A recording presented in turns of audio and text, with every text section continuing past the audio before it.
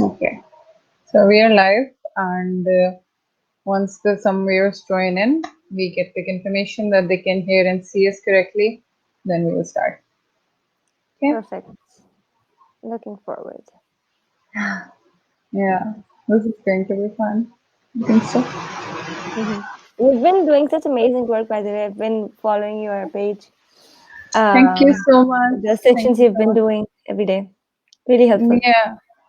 Yeah, we try. I mean, as we were like sort of discussing, in this lockdown, you have to do something, and you Hmm. have to make sure you're occupied and you're occupied productively. Okay, Agree. so we've got a thumbs up. Can you please confirm if you can hear us clearly, you can see us clearly? Just mention it in the comments, please.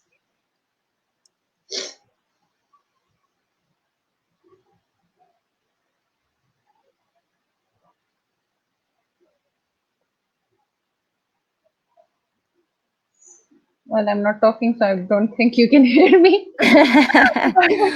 Someone just please mention in the comments that you can. Yes, okay. Hina has confirmed that they can hear us. Assalamu alaikum everyone. This is Rida Zainab from Creative Kenya House. I have a very special guest with me today. Sorry, I don't know what I'm saying. Faiza Bhamani. She is a BCBA and she has worked in Dubai in Carbone Clinic. So Faiza, I'll hand over to you. Please tell us a little bit about yourself. Thanks, Sudha, first of all, for having me here. Thank you so Um, much. this is Faiza Bhamani. I'm a board certified behavior analyst. I moved back to Karachi last year. Um, Mm-hmm. I did my bachelor's in undergrad in psychology, and Okay. then worked as an intern for 2 months in Carbone Clinic. I Oh, was okay. in my fourth year, yeah. When like there was this our professor was like, there's this opportunity, whoever is interested apply. And so a lot of people did. I got selected and worked as an intern there for 2 months. Okay. While I was there, I had no idea what ABA was. Like, Mm-hmm. didn't know what that was.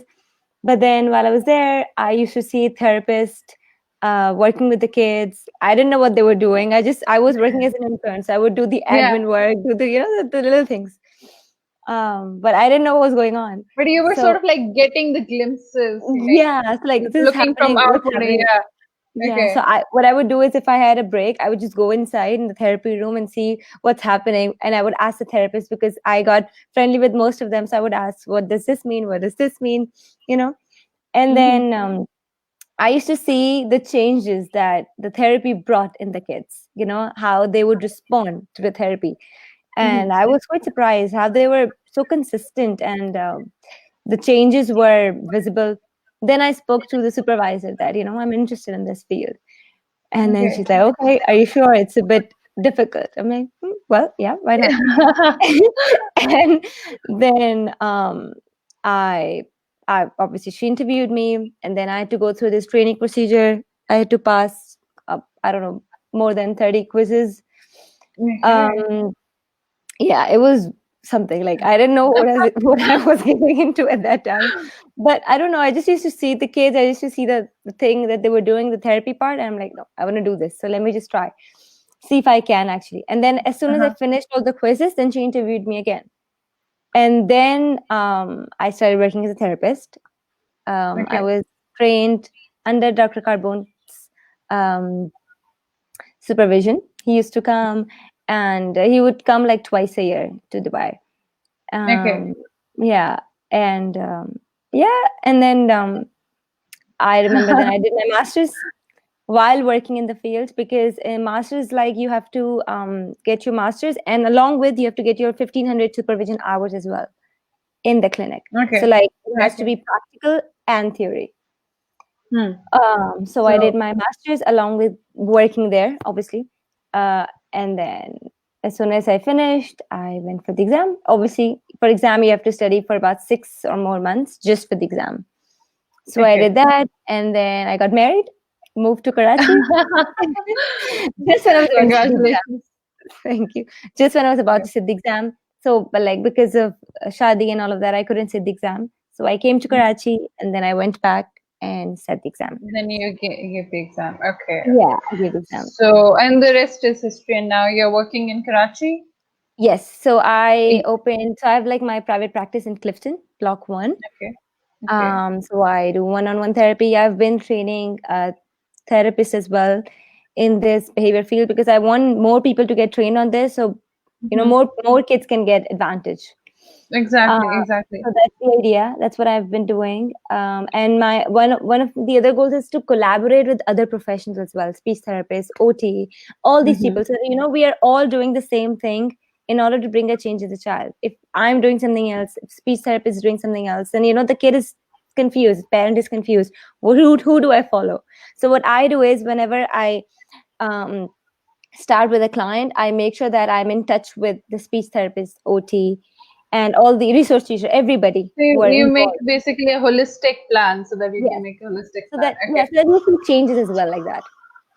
True, true. Faiza, before we go any further, I would like basically, so I want to get an idea. Okay, like you said, you're working as an intern and you didn't like know anything about ABA. But even at that time, were you aware? Basically, would you say that you had a good awareness of what ASD is or Oh what yeah, other yeah. developmental disorders? So Because you were doing I psychology. Yeah, yeah. So I was a psychology intern at Hmm. that time. So I knew Hmm. what ASD was, what everything, all of that. It just ABA was a new field for me at It that was in time. your field. Yeah, Okay. it was. But I used to see the disorders, and so obviously that's what you study, right, in psychology degree. Hmm. Exactly. Um, the developmental disorders and the different stigma attached to it, the Yeah, yeah, we would isolation, like to all the talk patterns. about that as well. Okay, again, because you were from the field, so you had an idea. Hmm. But would you say, okay, people around you, what Hmm. was since you were in Dubai, and you've been in Pakistan as well. So can you tell what's the one should say, I suppose, difference rate in the awareness? What is it like over there, and how is it like over here? Sure. I feel like the main difference would be in acceptance. Over here, I feel like um, people struggle to accept that this is what's happening, and Hmm. that's why they delay the process. So, like, Yeah. they're like, okay, maybe next year he'll start talking, or maybe next to next year I'll see a change. So, I don't want to do anything now. Um, I don't want a tag right now. So I wouldn't go to a psychologist. I wouldn't do this. I wouldn't do that. But over there, I would say like my first client was 1.5 years old. 1.5. Okay. How young is that? They just like, yeah, we see their delays. They've been to a Hmm. psychologist. This is what it is, treatment. So I would say that's what I want to see in Karachi as well, that people start accepting it, even if they don't want to get a diagnosis right away. I would say if you Hmm. see deficits, like you can also talk about red flags. If you see these things in your kid, like this is not what he's doing, why isn't he doing that, instead of thinking about it and stressing about it over and over again Hmm. Hmm. and wasting time, consult someone, consult with Yeah, anyone like who is basically trying we're all like denial boards are there, right? That's what denial. you're saying. Okay, Agree. we don't want Yeah. them. The fear of labeling the child is like Is sort of and holding us I back from Agree. early And I don't intervention. even blame them, honestly, because over here, even if the child is labeled, for example, the mother got the assessment done, and the Mm-hmm. child has ASD, right? If she goes to school, like the stigma that'll be attached over there, it is true. It's not like there's nothing. Even if your child has autism, no, you're not going to face any hardships. You will. So Mm-hmm. that's what they're afraid of. So I feel like that needs to change as well, along with the acceptance. It goes both hand in hand. Hand Then in hand. Yeah. the admission, they struggle to get admission. All of that. That's why they want the label, right? True, true. But like we बात है कि there's so many fronts to work on, and I also want to talk about the fact कि अभी जो changes आ रहे हैं कि I think in 2021 or 22, people would no longer, those who are not in Canada and America, I think, would no longer be able to get board certified in this. Yes. Yes. So So, yeah. um the thing is, So who only the residents of US and Canada can apply for BCBA, BCABA and Okay. RBT. But Okay. the ones living outside US and Canada, they are not able to. That's why a lot of other institutions are coming up. Like I'm a part of ABAI board. Mhm. So now Okay. what we're doing is we are working on bringing a change and bringing something global into place so that people even abroad, people outside US and Canada can also sit for the exam. Or also I feel like we were working on getting a BCBA certification board in Pakistan. We were working on that, but then the coronavirus happened. But I feel like as Yeah. soon as things settle down, I feel like things will get back to what was happening before. But yeah, that Inshallah. is sad that it's going to be, you won't see more people with the credentials Exactly, now. because एक तो what I also want to talk about is कि Pakistan में what people generally feel is कि we do not have qualified people Mm, to give therapies and everything, and to some extent they are right because it's so difficult to get certified, right? people. Then you have to go sit for the exam, and not everyone can do that, but we Agreed. need people here who like work over here properly or train other people. So it's good. Inshallah, hopefully, once things settle down, you guys can work towards Although this. this change is going to happen Mhm. after 2023, like starting 2023. So you Yeah. still, Okay. yeah, the people still have 2 years, right? So what I am trying that more people sit for RBT at least. So that, and right Mm-hmm. now RBT exam is online. You don't have to go to Dubai. It's online, Okay. right? So Okay. you just get the therapy, just get a 40-hour training online. And then a lot of online websites won't give you competency assessment. Mm-hmm. So, like, in order to become an RBT, you need to you need to pass a 40-hour RBT training, and then after that, it's a competency assessment, which only a BCBA can do. But a lot of online web platforms that are offering RBT, they are not offering competency assessment. So, like, contact Okay. BCBAs. You can also contact me, and then we'll be able to get you the competency assessment done. After that, sit for the exam online and get your RBT credential, because even if it after 2023 nobody will be able to write outside US and Canada, at least you'll have the credential. You'll be able to renew it every 2 years. It's not like they're going to take that away. So you have the time right now. It's 2 years. You have 2 years to work on it, and RBE takes like only a few weeks, honestly. Okay. And I've also posted on my page that I'd love to help them pass the exam, sit for the exam, do all that. So I feel That like right now is the time. that's amazing, Faiza. And to all the viewers, the ones who are listening, if you are a parent who is interested in getting RBT certified, and if you're a therapist who wants to um, like properly work in this field, you're please welcome to contact Faiza so that she may be able to guide you. So, Faiza, can you tell us a little bit about ABA therapy? Since we've been talking about ABA and what it is, just like a brief introduction to it. Okay. So ABA therapy is applied behavior analysis. What we do is, it's not, we just don't work on behavior. A lot of people get confused that behavior therapists only work on the behavior. But Mm-hmm. and not just, they think that behavior is only inappropriate behavior, which is crying, whining, hitting.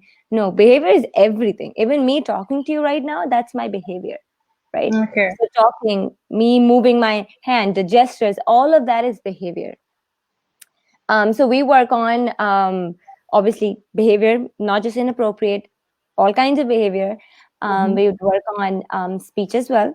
So like your vocal behavior. So the way, if you're not, so like we would work on manding. Manding is communication. So like if the Okay. child is not able to communicate, we would work on communication, and automatically eye contact. Obviously, we'll work on eye contact as well. But there's one thing that a lot of people get confused with is, the more communication you have with your child, the less behaviors you'll see. The more behaviors you see, that means the child is not able to communicate with you that much. So a lot of people would Okay. just come to me, they're like, this is the behavior that we have. And I would say, is your child communicating with you? What are you doing in response to this behavior? But mostly, because mostly we don't have to change the behavior. We have to change the response to that behavior. If we Okay. change our response, behavior automatically changes. We can't just target that behavior. We change the things around the behavior. Around the That's what we behavior. do the manipulation in the in the clinic. We work on all these. So first, if the child comes, what happens is I do a assessment. I do an assessment. We call it VV map assessment. Okay. um, and then in that assessment would work on would look for these verbal operands. Manding, which is communication. If the child Okay. is able to ask you or not, for example, if the child wants phone, is he grabbing the phone, or is he saying phone, or is he signing phone, or is he pointing to the picture phone? What is he doing or is grabbing? So if does he have any communication method, right? Okay. Manding. So we'll look to see if the child is able to communicate, which is manding. Second is listener responding. If the child is able to listen to us or not. Responding to name.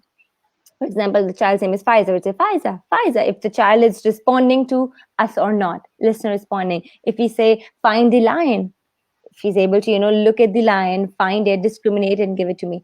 So listener responding. The other one is tacting, which is called labeling.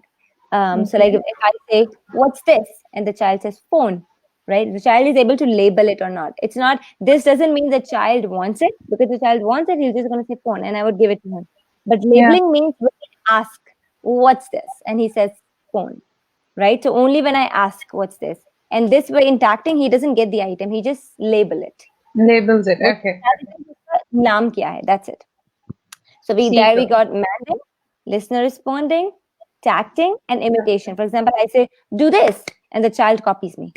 So like it's like modeling. I'm doing something and I'm asking the child to copy me. And the Mhm. child is able to look at me, wait for his turn, and then do the same thing. So this is like a lot of things in one go. Looking, waiting, and then doing it. For example, I say, do this. And when I'm doing it, he's not supposed to do it. So he's supposed to look at me, wait, and then do it. So these things, waiting, imitation, we call it imitation, the skill. And then math, reading, language, everything will come into it. But the first operants would be these, the main ones. Okay. Okay. Okay. There's also something that people like. This is sort of an later on question, but I still want to since you mentioned maths and reading, how important are academics? People mostly in Pakistan, because that's sort of what happens now when you have a neurotypical child. You Mm. like prepare him or her for school. First, it's elementary school, then preschool, then elementary, and then high school. It's all about the school. So when you have a neurodiverse child, even with him or her, sometimes you're concerned what will happen to his or her schooling? Mhm. Where will he she go? Mhm. So what do you tell parents? How do you The, communicate? the child is not neurotypical, right? Yeah, if the child is not neurotypical Mm. and the parents are concerned about, like, the child is somewhat verbal, Okay. uh, does give responses, but parents are mostly focused on academics. Okay. So I would say there's nothing bad in focusing on that. At the same time, you have to make sure that the child has prerequisites. Mhm. Like, fine, you're working on math, you're working on language, all of that. But first, make sure that does the child sit properly? Does he have sitting tolerance? Does he have waiting tolerance? Is he able to wait or not? Does he listen to the teacher? Will he be able to listen to teacher if there's so many kids around? Does he respond better to group therapy or one-on-one? So these things look with how the child is responding, because a lot of times what I've seen is parents would put their kids in the school, but then they wouldn't see a change, right? And they'd be like, school bhi ja raha hai, yahan bhi ja raha hai, but mujhe kuch dikh nahi raha hai. तो मैं क्या Yeah. करूं? Right. So what I would say is first you need to see if the child is ready for school or not. What if teacher kuch bol rahi, there's so many kids and it doesn't, it just goes beyond him. Usko samajh hi nahi aa raha, because Mm. it's not about him, it's about the teaching strategy. I always say when the child is not able to learn something, it's the teacher. We have to change our strategy in order for the child to understand. So maybe he would learn better in one-on-one. So maybe how about we do that? So what we would do is we would prepare the child for school. I would like probably train the child, do all the therapy, whatever the child needs. It's every therapy is behavior therapy is independent. So it's different from other ones. So depending on the kid. So we would train the child, prepare the child for school, and then I would also take him to school. So like I have my center in Hampton School, Okay. which is in Clifton. So what I would do is it's a mainstream school. So like they've got primary and secondary campus. What I would do is I would take my client to the school, to the class, kindergarten or for whatever I would say the level is. I would take him there. Not every day, probably once a week, just to see how he responds to the class environment. And Okay. I would do that like once a week, and if I see like yeah he's responding, I would do twice a week, and then I would do that for a few months, and also along with the therapy that he requires. And as soon as I feel like yeah now he's responding to the teacher, he's sitting, he's responding to his peers and all that, then I would tell the parent that yeah your child is ready for school. Instead of just sending him to school, make sure that he has got prerequisites to sit in the school. He has got things that he needs, and then obviously accordingly you'll be able to work on comprehension, math, English, all of that. We also work on that in the clinic, but also we don't directly go to these things. Hmm. This is level 3. Math and reading and writing, this is level 3 for us.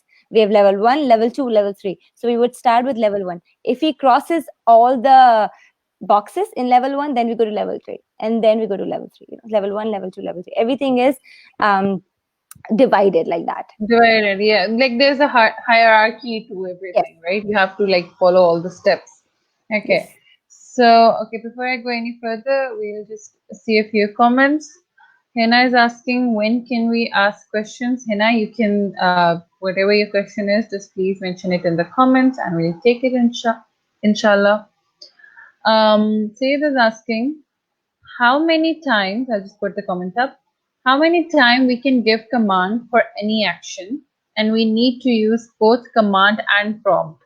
When we stop scaffolding, I don't know what he means by that. Okay. Scolding, I don't know. Okay, so like when you say command and prompt, you're saying when you give a command, let's say stand up, and then when you stop prompting. So I'll tell you a teaching procedure that you can do. So this way you'll know when you have to stop, when you have to start. So I'll make your question a bit easier. So there is a teaching procedure that we follow, like we used to follow in Carbone Clinic, and that's what I've been doing here as well. Mm-hmm. So this procedure you can follow in any operand, whether it's listener responding, command following, whether it's imitation, labeling, anything. What you need to Okay. do.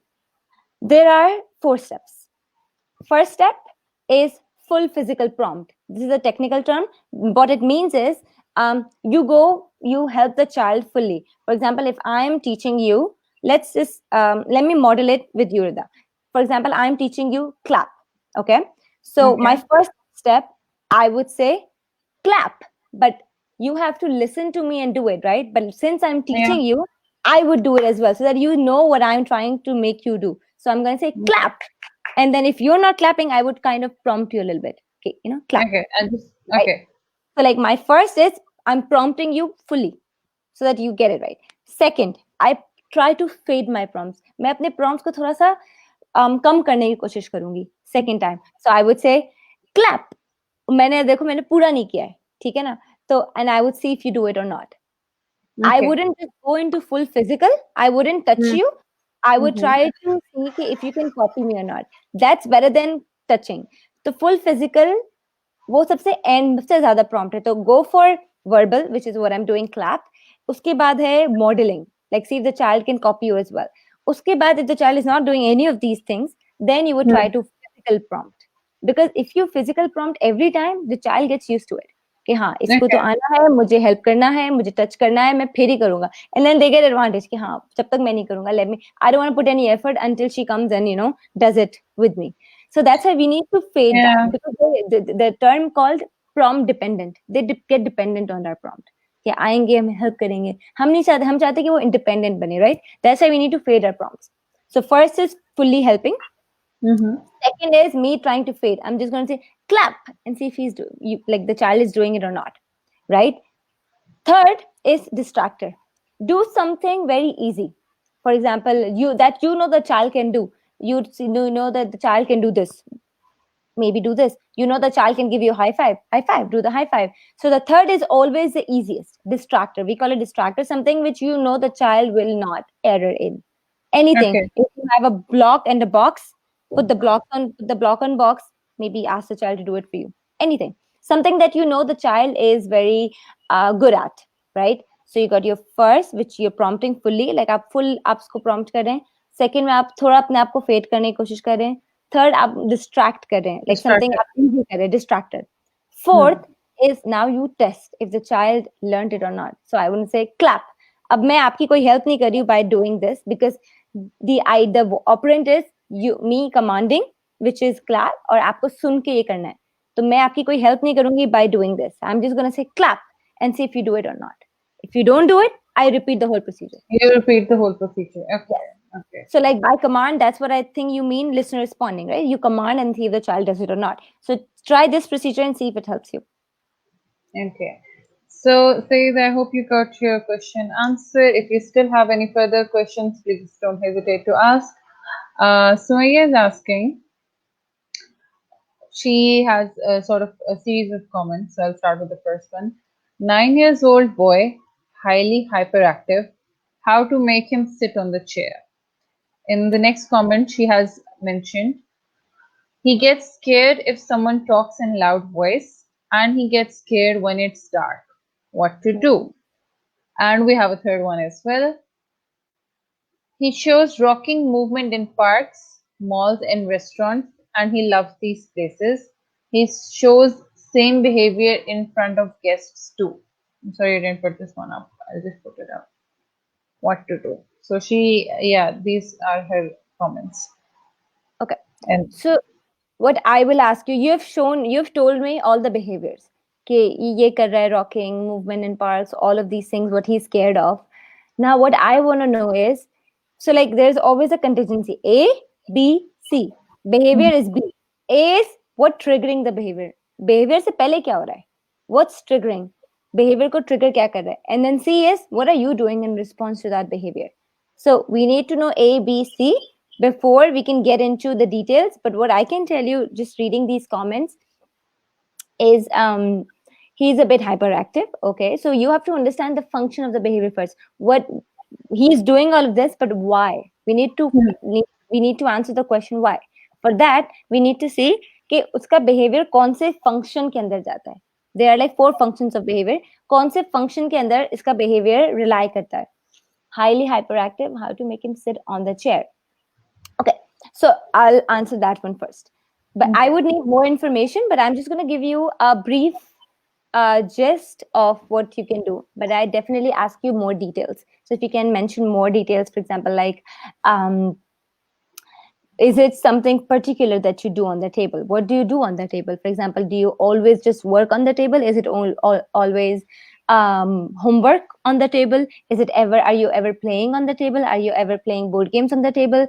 Is it the eating that he doesn't do when you feed him on the chair, or if it's the table time, So what exactly is it that you are struggling with? If it's something that he doesn't do any work, as soon as you say, okay, come on, let's sit down on the table, let's do some work, and he starts his hyperactive, he starts running around and all of that. If that's the case, then I would say make sure that on the table you have something reinforcing, something that he likes. Example, what you said, he likes malls and restaurants, he loves these places. Okay, so he likes going out, right? So what you can do, maybe you can make arts and craft chart paper, and then maybe make malls, places that he would like to visit, malls, pictures. So get pictures, cut it with him. He's a 9-year-old boy. This is functionally relevant to him. So maybe cut it and then stick it on the chart paper with him, and say, okay, we're going to go over here, but first let's do this together. And then find out more reinforcing things which you can do at home. For example, if there's any toy, if there's a Lego, or something that he likes making. So instead of just doing, okay, this is what you're going to do, you're going to sit on the chair and you're going to do all the work. That just means that what does he look forward to? You need to tell him what he has to look forward to. The same goes with us. I mean, if someone tells me, Faiza, you need to do all of this, wouldn't I ask, okay, what will I get in return? Yeah. Yeah, right? Like, imagine, like, I'll just give example. My husband, if he tells me this is where we're going to meet some family members, and I would say, okay, can we go over there afterwards? So I get something and he gets something. So And this behavior we don't see in adults, we see in everyone. So we have to find a way to address this behavior to Mhm. your child's needs accordingly, instead of just saying ye behavior kya kar raha hai, ye kyun kar raha hai. So maybe try to change your response a little bit, your triggers a little bit. Instead of saying, okay, aaja chalo chair pe hum are we going to do some work, instead of saying that, how about you say this? Oh, look, we have got such amazing things on the table, what are we going to do today? Come on, how about we finish this for 5 minutes and then we get 2 minutes or 3 minutes break and then we come back to it. So try to make it more Yeah, engaging and playful, instead of being it like a command that they have to follow. And when they see this, they're like, okay, I'm not going to do this, I'm not going to do that. So try to change your yeah. trigger a little bit, No, and then your response, and you see a change. That's what. I completely get what you're saying actually, because I I've noticed this in my own brother as well. When I used to say to him, "Okay, it's work time. Let's do some work," he would resist that. And now when I'm like, "Okay, now we're gonna do this. We're going to do this activity, and after the activity, we're gonna do this." And Perfect. something like that. His response completely changed. He now looks forward to those activities, which are a form of work, but I just Like, sort of what changed did you change? the What did you change? Did you just change your response? Did you just change what you were saying? Did you change his behavior? No, it changed automatically. You changed yeah, yours, right? So that's exactly. what yeah, that's what we need to, like, that's what I'm trying to make people understand as well. You don't have to change the behavior always. Maybe Hmm. try to change the environment, manipulate Environment. the environment a little bit, and then see the change. Because prevention is Hmm. always better than treatment. If you can prevent something from happening, True. फिर treatment का आएगा ही नहीं, because treatment से ये होता है कि फिर बच्चा हिस्ट्री हो जाती है. And as you said he is a 9 year old boy, so I am sure 9 years तक इसकी हिस्ट्री इतनी स्ट्रांग होगी, whatever he wants he gets it, the wherever however he wants it, right? The behavior जो भी उसने पहले show किए होंगे, he must have Hmm. got reinforced, right, by those inappropriate behaviors. तो उसको आदत हो गई, this is what I'm gonna get no matter what happens, and I'm gonna do this.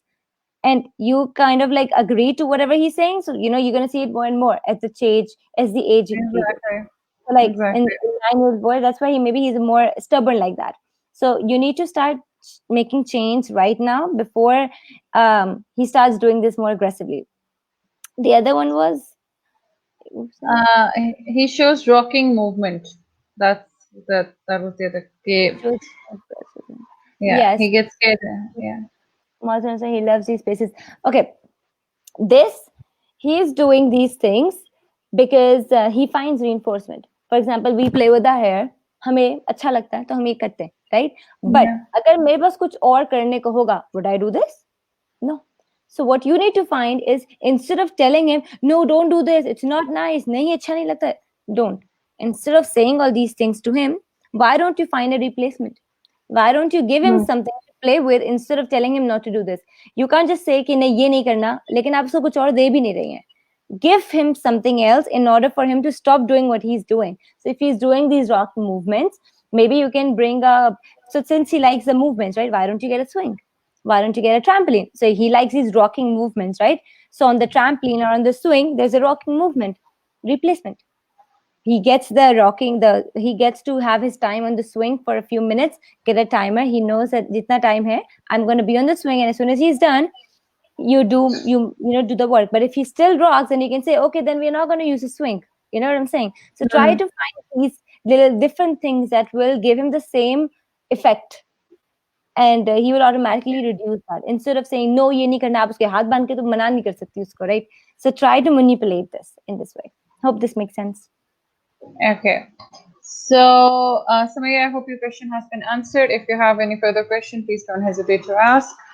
So, before we take any more comments, Faiza, there's something I want to ask, and it's considered a very controversial topic as well.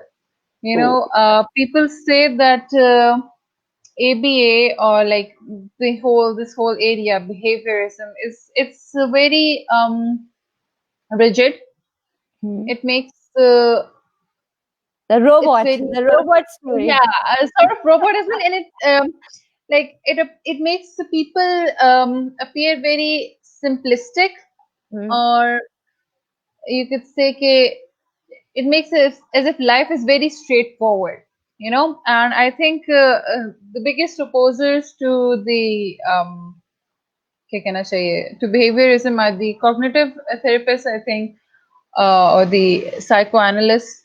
तो काफी एक ही contention है कि you don't like look into the deeper workings of the mind. You like simplify everything to behavior reinforcement and all Mm-hmm. of these, like concrete terms. This is what mostly people get to hear. And since obviously you are a behavior therapist, so we know which school of thought you follow. So can you please expand a bit on this? Agreed. I would say there are a lot of therapists. So every therapist has their own way of doing things, right? Mhm.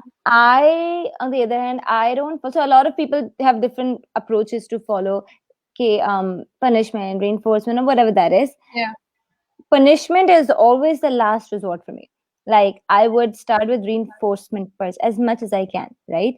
Mhm. Um, what I have heard, like what you're saying, that there are a lot of um, what do you call it? There are a lot of people that they say that behavior, they make the kids a robot, like they make them do Exactly. whatever they want them to do, right?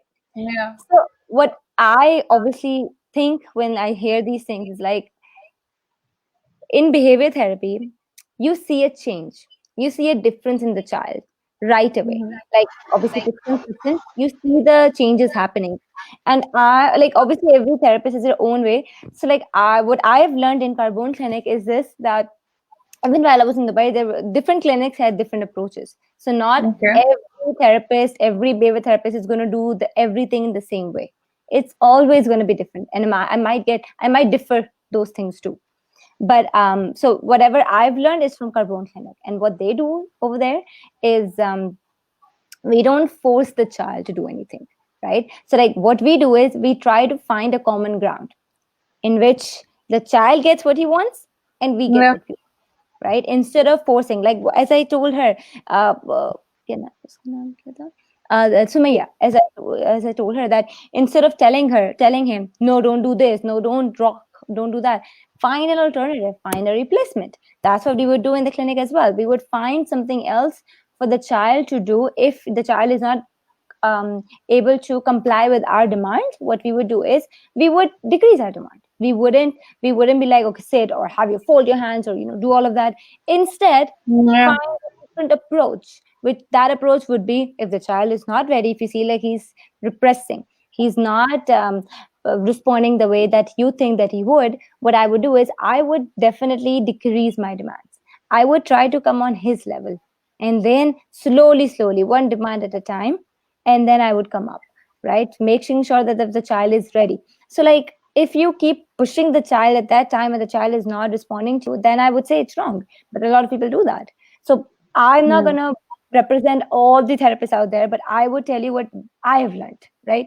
So even if you in your field, even in the school, you see one teacher does it in a different way, the kindergarten, Exactly. every teacher has a own way, and that's what I believe as well.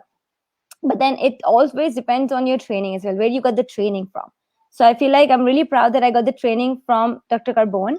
Like in 5 years I worked there, so I feel like whenever I am in a situation where I don't know what to do because the child is not responding and there's no reinforcement, what would I do? Like there was this experience that I had a few months ago when I had this client, and the child would not get reinforced by anything. Nothing would reinforce him whatsoever. Whether it's chocolates, whether it's iPad, whether it's slime, any you name it, he wouldn't get nothing. Okay. And I'm like, if I can't reinforce him with anything, how am I going to make him work? How's he going to listen to me if he doesn't like anything? He's just Yeah. going to look somewhere else and go in, will get somewhere in his own thought. What am I going to do in that situation? So what did I do? I can't like make him force him. Okay, no, listen to me, play with me, do this, do that. You can't do that, and you can't Yeah. physically have him sit and have him fold his hand. No, you sit down here, do this. That's the approach that a lot of people think that behavior therapists do, but on the other hand, they don't. So it depends on who the therapist is as well and where they got the training from. So what I did was, that's a good explanation. What if you are facing this issue and if you're watching, but try this. if you can't find any toys or any edible anything which is reinforcing for the child, make yourself reinforcing. What I did was I went all out and I tried to play with the child as much as I could. And like, I literally went to his level and we would play, we would do a lot of things together. And I didn't ask him to do a lot of things in the first go because I just wanted to pair with him, because I knew if I Hmm. can't pair with him, he's not going to do anything for me. I can't say what's this, I know he's not going to answer me if he is not paired with me. So what I did was I started pairing with him. And so we would like sing songs together. I would like tickle him, we would do a lot of things. So I paired with him in a way that he started listening to me. So my eye contact, me looking at him, me touching him, started making him reinforced, right? So like these things started, he started liking these things. So I started doing this more, and then slowly he started listening to me. Before he wouldn't sit on the table, he started sitting with me on the table, and we started doing some work. And then we would give a break. In that break he wouldn't want ipad or anything else, so in that break we would play together, right? So like always try to pair yourself. So like even a lot of parents come to me, they're like, ye kuch nahi karta, main kya karu? So main unko kehti hu, do you play with the child? She's like, yeah, I give him the arts and crafts and then he plays. I'm like, no, do you play with him? So like playing doesn't mean that you give him all the resources that he requires and then you do your work in the kitchen. No, playing Yeah, means that you are going to sit with him, play with him, like, oh wow, let's put the ball tower, let's put the ball, let's get the hammer, let's hit it. In this way you're also teaching the child. You are also trying to grasp the communication. Ball, you want the ball, here you go, ball. If he's alone playing, how are you going to get this opportunity to communicate with him, right? exactly. Washing dishes, everything can wait. This cannot wait. Try this. So like, and this, I saw that there were changes in the child with me pairing. So I feel like pairing plays a huge role, and that's what a lot of people who oppose behavior therapy don't consider. Hmm. And I feel like when you consider this approach, you'll see how good it's doing in the field. I would also like it sort of relates to this because since you've talked about pairing, how you need to build a rapport, how that's like very essential. From all your experience, what have you like gauged are the essentials that every therapist needs should have? Therapist. Yeah, therapist. Therapist, I would say definitely should be playful. Like if you are very rigid, that okay, let's do this, come on, let's sit down here, and then you're doing your work, you're writing the data.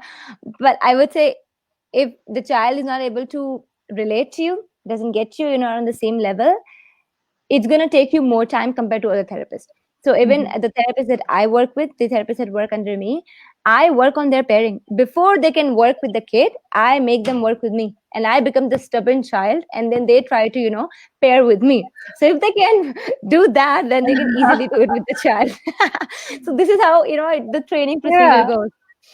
Instead of no, me that's putting the therapist with the interesting. child right away, okay, go work with the child. It's not fair on the parent. It's not fair on the therapist. So what I try to do is I try to first make the therapist observe me with the child, what I'm doing, learn this technique, and then we're going to do it together when the child is not around, and then I'm going to make you. When I feel like you're ready, then we're going to do. And then obviously you have to keep repeating these things for the therapist, and then you have to reinforce as well, therapist as well. I feel like you also have to say that what she's doing right, what she's doing wrong. So everything take into account. And I think consistency and patience is the key. If you're consistent and if you're patient, you have to be. This field requires a lot of patience. If you have patience, then enter the field. Otherwise, it's gonna get difficult. Yeah, I mean, you're working with kids, you need all the patience. So, let me ask you this. Before you joined, were you interested in working with kids, like, or it just happened because of the internship? Like, when you were like studying psychology, what was in your mind?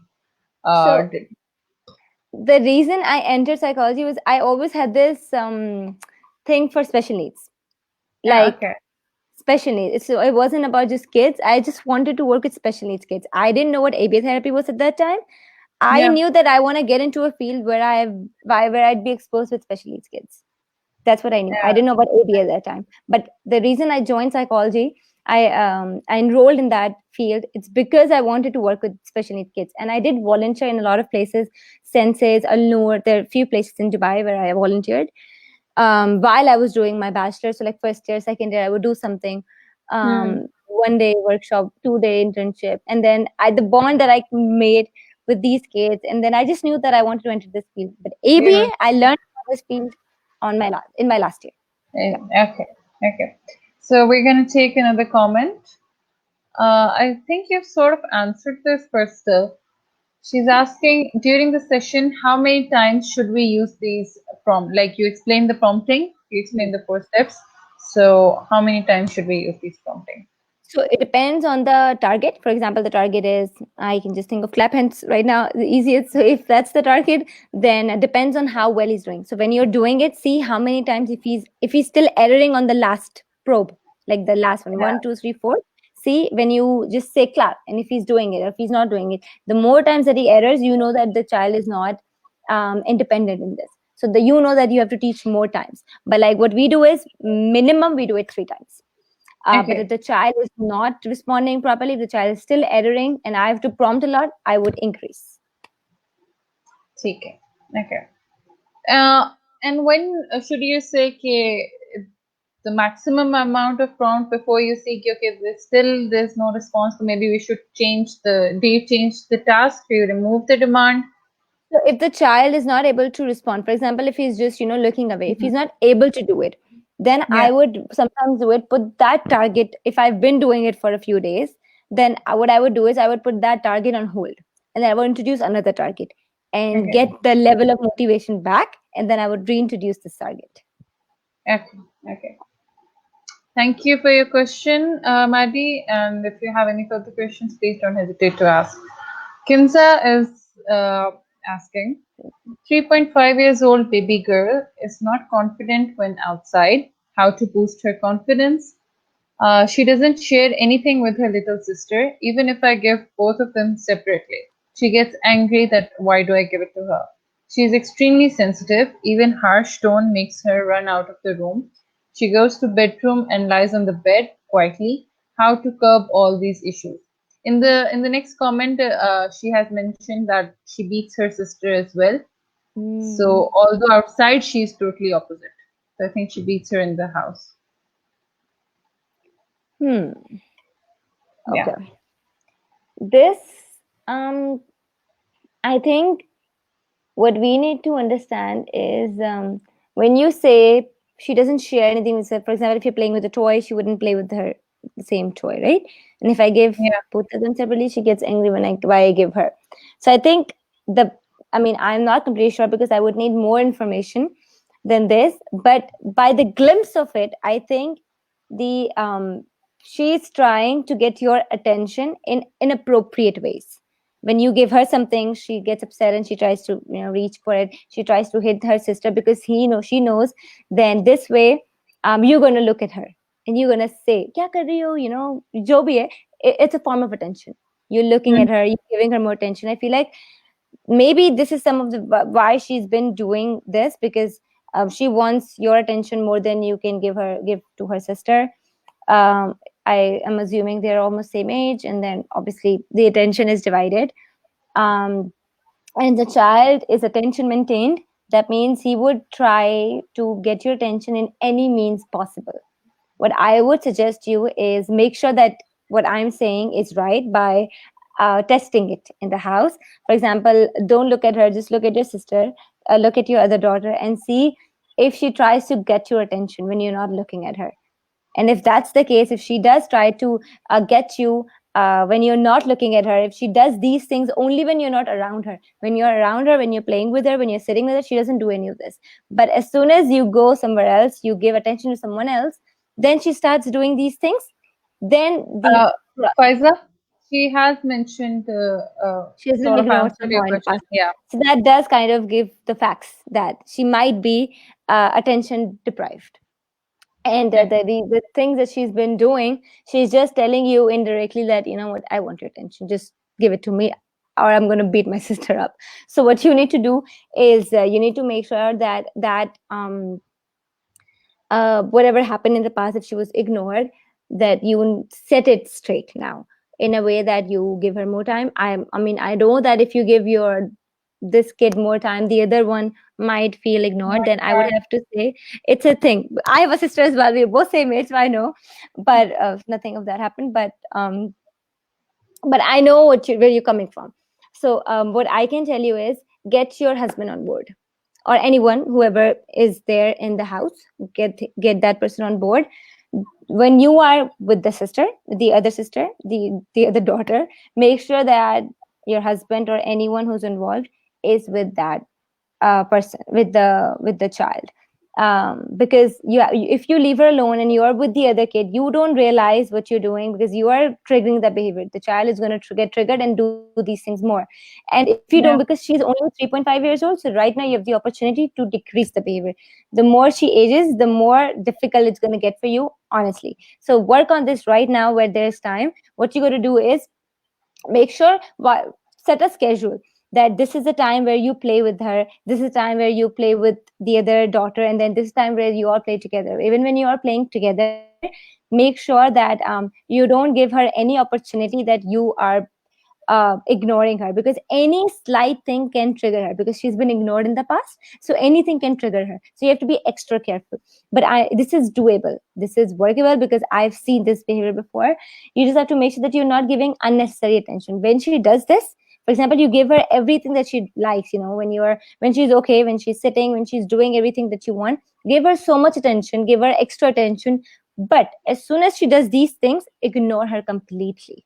When she uh, grabs her, the sister beats her, or do anything, make sure that you don't talk to her. Don't even look at her. Don't even say, "What are you doing? Don't do this. It's not right." This is also a Hmm. form of attention, but you don't get negative attention. है ये हम उनको देख रहे हैं, हम उनसे बात कर ले, maybe that's what she wanted कि मुझे मम्मी का attention मिल जाए, even though if it's negative, but attention मुझे मिल रहा है, eye contact मुझे मिल रहा है. So what you need to do is ignore this.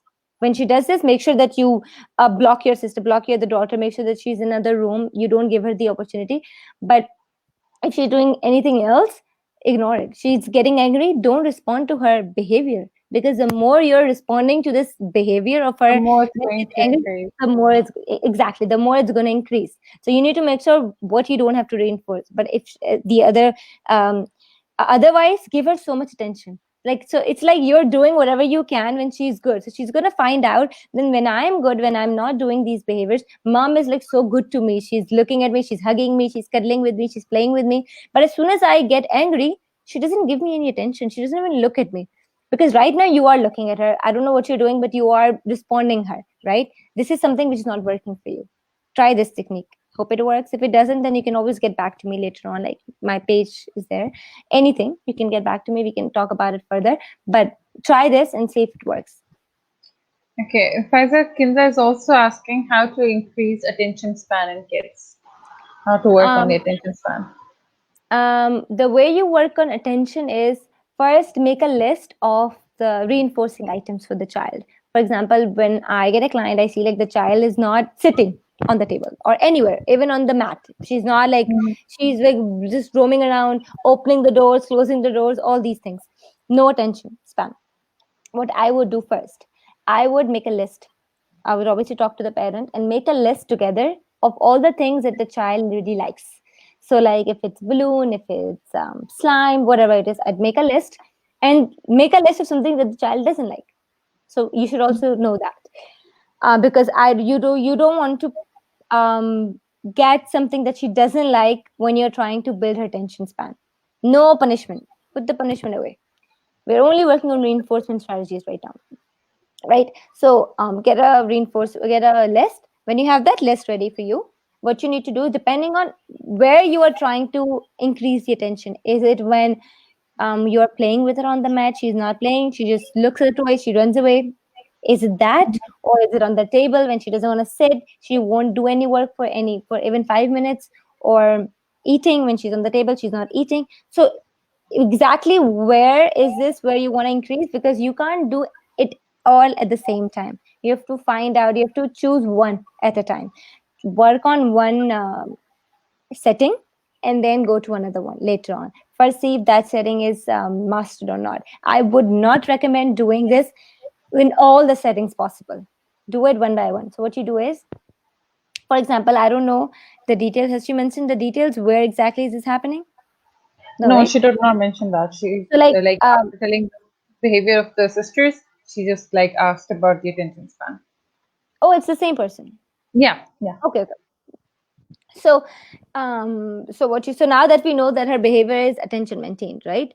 So what you do is you yourself try to sit with her anytime. For example, let's say get a timer. I always recommend getting a timer. So when you have a timer, you press the timer. For example, put 7 minutes, right? 7 minutes, and the timer is gonna. As soon as timer goes off, she Hmm. knows that she can go wherever she wants to go.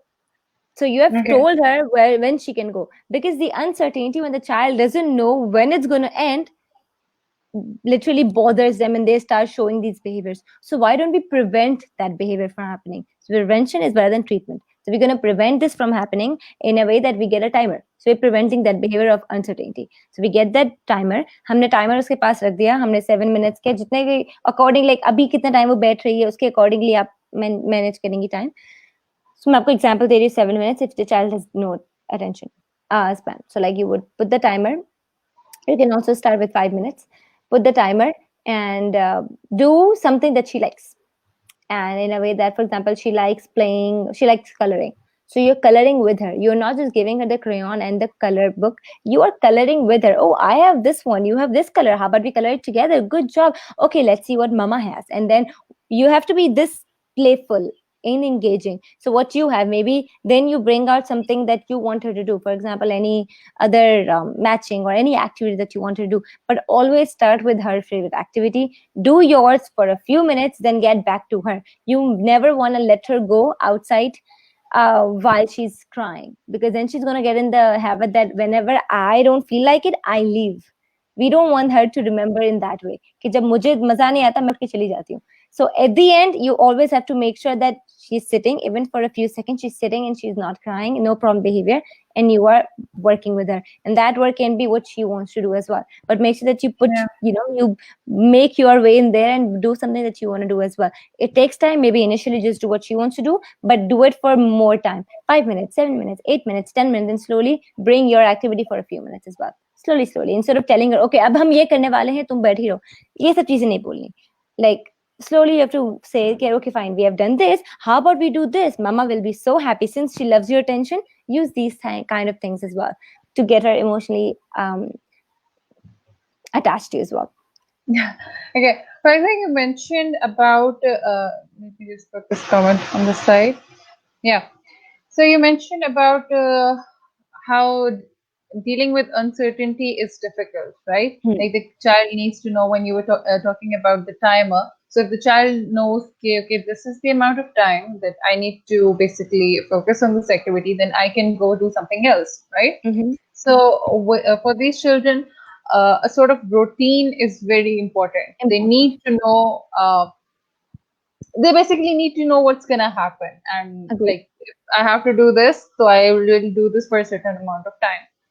Now, Corona is here, and we're all stuck at homes. The routines and everything are disturbed, and we've been hearing from parents how the child has regressed a lot. Because sort of um yeah, the child There's the has routine in place. They're like yeah, all over there's the place. nothing. It's all over the place, and they don't know what to do. Can Yeah. you please sort of basically tell Kay how to manage? Manage your schedule at home. Yeah. Um, so like I've been working with a lot of moms on the schedule, because obviously since COVID happened, it's the kids, the schedules are all over the place. So what I'm going to tell you is start working on the visual schedule at home. So like don't Okay. do it by yourself. Make sure you do it with the kids. For example, you get a board and then you print a few pictures. If you have laminator at home, fine. If you don't, doesn't matter.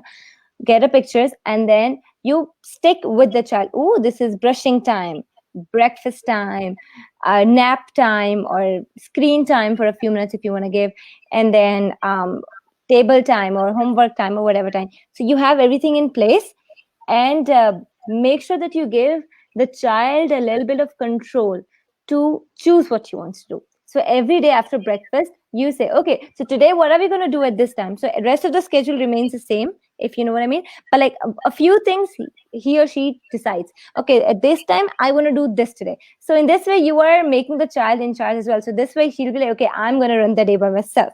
So it's like both of you are in charge instead of you telling, okay, this is what we're going to do right now. Okay. So try to reduce as much as you can to use this term, because this just makes them feel that they don't have the authority over their life at all. So make sure that they have some control as well. And Mm-hmm. they get to decide what they want to do. Maybe after breakfast everything else remains the same, the velcro, so you can just stick whatever comes first. Try to do that. A lot of parents are doing it, and I've been hearing really positive comments about it. So try that, and maybe put it stick it on her in her bedroom, or walls or fridge, wherever you feel like, and keep changing it. So keep working with the schedule, and every day maybe you can do a different arts and crafts. You can ask the kid, okay, this is our play time. What do you want to work today? Do you want to work with the Elmo? Do you want to work with this? And then she decides, and then you do it accordingly. So this way, you are also like working with a child. And when you do arts and crafts stuff, it kind of takes a lot of time as well. So Mm-hmm. this way the child is busy, It's like cutting, occupied. or you're Exactly. always obviously around, but like sticking cotton or whatever that is, painting, instead of just giving a toy and say, okay, fine, I'm going to do my work. So obviously the child is going to be done in a few minutes. Everybody gets bored of the toys, right? So try Yeah. to make Pinterest, go on Pinterest, and there's so many creative ideas on Pinterest. Choose one every day, and then do it with the child, and then put it on the schedule as well, so the child knows, okay, this is my time of the day. And then as soon as that happens, maybe give it a break, 10 minutes of that activity, and then in that 10 minutes, after 10 minutes, you do table time, and then afterwards say, okay, let's go finish that activity, so they have something to look forward to after your table time, Yeah. right? So So try these things at home. No, this is really interesting because while it gives them a schedule, again, it gives them sort of the authority you mentioned, that they feel they have a control over their schedule as well. Like Yes. they have to follow that, but still there's an amount of control, and I think you're right. That's very important. We'll take another comment. Sadaf, sorry, Sadaf Farzan is asking, can you please tell me that does special need kids behavior affect siblings and cousins behavior too? If yes, then how to handle this situation? 100%. Like I literally on a daily basis, I see that one of my clients were doing this, and then the other sibling starts copying. He's doing the exact same thing that the child is doing. But if the child is typical, that behavior won't last for long. I see a change right away if the parent does not give attention to that behavior, because obviously you are a bit more different compared to your special need kid. You're giving more attention. But Hmm. if the other kid starts doing the same thing, then you're not, if you give the same attention, then obviously you're going to reinforce that behavior. And then in this way they try to try to remember the behavior, and they do it more and more often. So what I would say is, um, when you are the behavior that the child is copying from that kid, from the other kid, don't reinforce that behavior in front of him, even to that kid. Because the more you do it, the more he's gonna say, like, if mama does it to my brother, she's also gonna do it for me. So maybe try to eliminate it before it happens. So do it when you know it's gonna happen, right? So when you know that, maybe take him to another room. Maybe try to divide it. You always need some help. So maybe if you have grandparents, or if you have your husband in home, maybe make him busy at that time. Because right now हमारे special needs parent का ये होता है कि बच्चों का हमें पता होता है क्या होने वाला है. काफी behaviors हम already predict कर लेते हैं कि अभी ये नहीं मिलेगा तो he's going to do this, or this is his nap time, this is this time. So you know Yeah. that this is going to happen, right? So like try to eliminate it, and maybe take him somewhere where the other siblings are not exposed to such behavior. Because right now everybody is home, so there are more chances that it's going to happen more, because सब घर पे they can all learn each other's behavior. So what I would say is, if the child is this special need kid, if he's inappropriate in something, for example, if he doesn't want to eat and he says, no, I don't want to eat, and then you're like, okay, fine, okay, you don't want to eat this, how about I make you this? And then maybe the other kid does the same thing. But what's wrong Hmm. here is you are reinforcing your other kid. Don't reinforce this behavior. This is not right even for special needs to do this. So if you want to eat the replacement, say what you want to eat, tell me nicely. If he doesn't, then this is what he gets. Or if he doesn't want to eat it, and you just take yourself out of the situation and let him just come to an end. You know? try to give as much, like least attention to inappropriate behavior. The more you do, the more you're going to create more and more. Like we talked about responses, consequences. The more response we give to inappropriate behavior, the more inappropriate behavior we see emerging. So we have to make sure that we don't respond. We respond in a very accurate way. We don't decrease the behavior. Okay. Okay. Naman is saying, so much informative session. Thank you for your comment. Go Green is also saying, great session. Thank you. Thank you for your comment and thank you for attending the session. Shaz is saying, you guys are doing an amazing job. Thank you so much for your comment. Sumaya Faizi has asked another question. We'll take that. A child hits his siblings and parents, and a moment later he realizes that he has done something wrong and he himself cries too. How to give him the concept of not hitting others? Hmm. So the siblings and parents moment later. First of all, don't let him hit you. If you know that he's gonna hit you, like I don't know why a lot of my clients do that too. It just कि ये मुझे मारेगा, it's okay, मारने दो. Why मारने दो? I don't get it. Don't let him. Block it from happening. If you know Hmm. that this is what he's going to do every single day, stop stop giving him a chance to hit you. If you ek dafa ho gaya, fine, understandable. But if the same thing happens on a daily basis, and then he's crying, and then he feels bad, this maybe he's also saying it because as soon as he cries, as soon as he hits you, he starts crying, and then everybody starts, okay, koi baat nahi, it's okay, ho gaya to ho gaya. Maybe he's enjoying all of that attention that he's getting from everyone when he hits, and then he starts feeling bad. If it's a routine, then I would say stop making it happen. First of all, when you know कि इस बात पे ये hit करता है हर किसी को, Yeah. make sure that you block yourself out. Don't, if he hits, try to block him and say no hitting. Instead of teaching him the concept, why are you letting him hit you? Right? So like say no hitting, and if he does hit you, and if he feels bad, stop talking to him. Stop, just say that was bad. You're not supposed to do what you just did, and then redirect your attention as if you don't know what just happened. Like I'll just share one really quick example what happened with me in the clinic. There was this client who came, and then it was his first day. He comes, says hi to a lot of people, and then I also said, hey, hi. And then he comes to me and he spits on me. He spat on my, Mhm. and I literally just looked at him like, what did he just do? In my head, I was like, I want to wipe it. I want to do this. I want to do. I couldn't do anything, right? If someone spits on you, what do you do first? You're like, oh, what did he do? No, wait, Yeah. And you right? immediately react. Right? Anybody would react. What I knew that if I react, I just wanted to see if I don't react, what happens. I didn't react.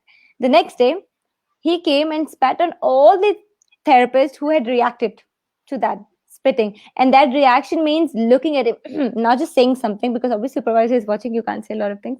But but even if a few therapists just looked at him and said, or wiped in front of him, for example, Hmm. look, and then wiped right away, that's also a form of attention.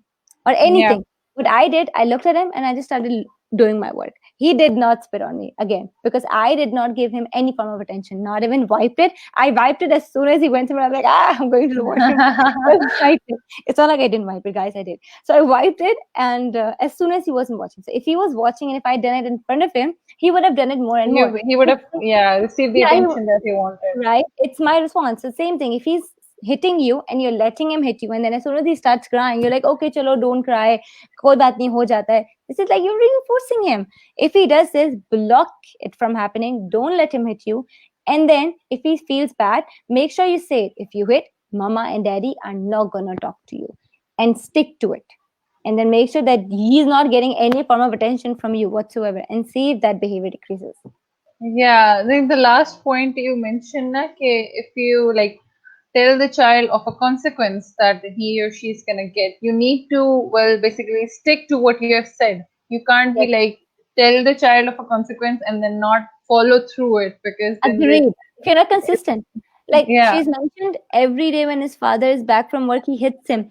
That's because maybe he is reinforcing him. क्या कर रहे हो? नहीं मारो, मना किया है, तुम्हें समझ नहीं आता. All these things, We Yeah, think कि हम उनको बहुत सिखा रहे हैं, but no, this is maybe helping him. He's like, okay, I have my father's attention now. Now I'm gonna hit him more.